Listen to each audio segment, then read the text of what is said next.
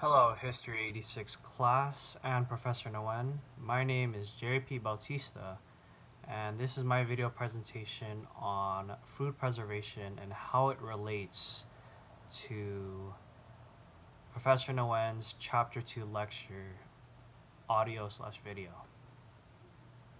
On the audio/video of Professor Nguyen's Chapter 2 lecture, within 4 minutes and 18 seconds of that video,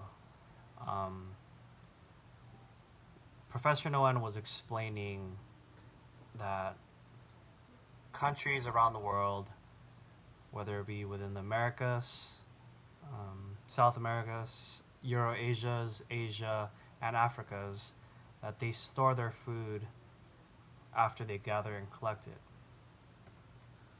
Since preservation relates to that, I've decided to do food preservation since, as I said again, food preservation and collecting and storing go hand in hand.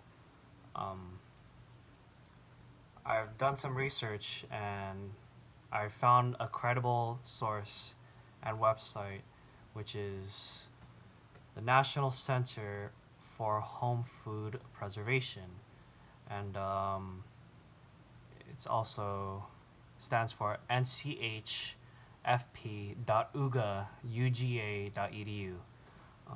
Yeah, so edu tends to be credible websites.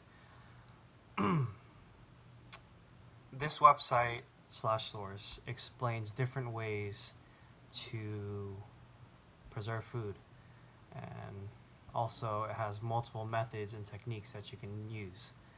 Out of all the techniques and methods that I'll be listing out, I'll be only explaining two, because within the methods that I've seen, I've only learned about two. I don't want to really try to explain or teach in this video about methods that I'm not familiar with, but methods that I've learned and are familiar with. So the multiple methods, well, actually otherwise, now moving on to the methods, there is drying, freezing, fermenting, pickling, curing, jam and jelly, canning, and that's basically it. The one out of the two methods that I've learned in school was curing, which is salt on meats. In a history class in high school, I've learned how salt preserves meat. Salt works as a dehydrant, and it desiccates. I think I've said that incorrectly. Sorry about that.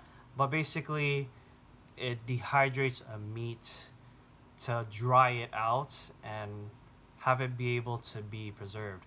Because when you dry a food, it can stay preserved. Because when a food has like hydration and moisture inside it, it tends to spoil easier. So that's the reason why food was dried. The repercussion of having salt, a lot of this, to preserve meats for like months or even years, but like typically people that during those times, it was around the 1800s when they preserved food with salt that way. They typically ate their meats as soon as possible, but even though despite that fact, salt caused a lot of like high blood pressure, and it caused a lot of diabetes. So it was inefficient in a way when during the 1800s people were doing that.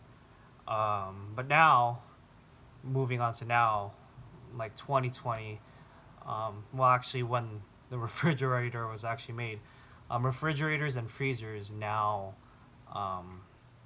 solidify that moisture that food has, which also keeps it preserved.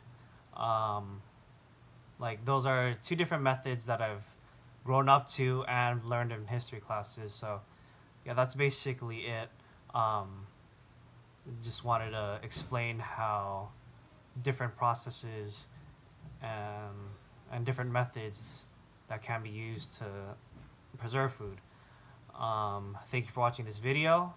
Um, I'm sorry that I wasn't able to explain the other methods, but thank you again, and have a good day.